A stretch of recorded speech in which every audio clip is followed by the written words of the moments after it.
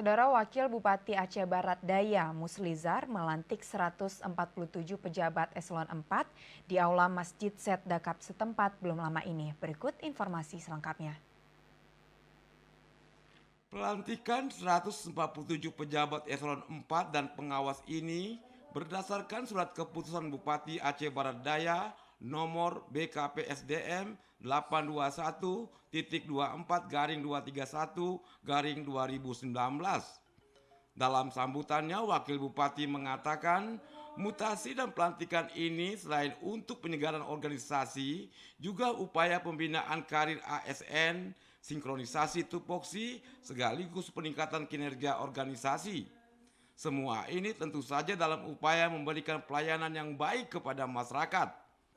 Karena itu ia minta kepada pejabat yang baru dilantik agar bisa bekerja sama solid dan jangan ada dualisme dalam kepemimpinan.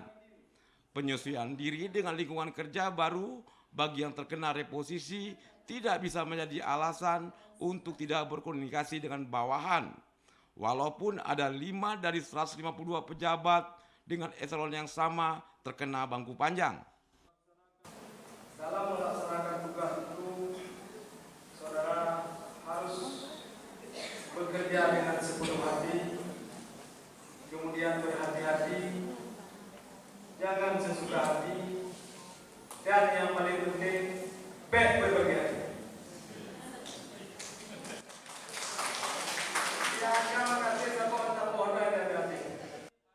Diingatkan pula seusai pelantikan sudah mampu menunjukkan kemampuan dan ukir prestasi.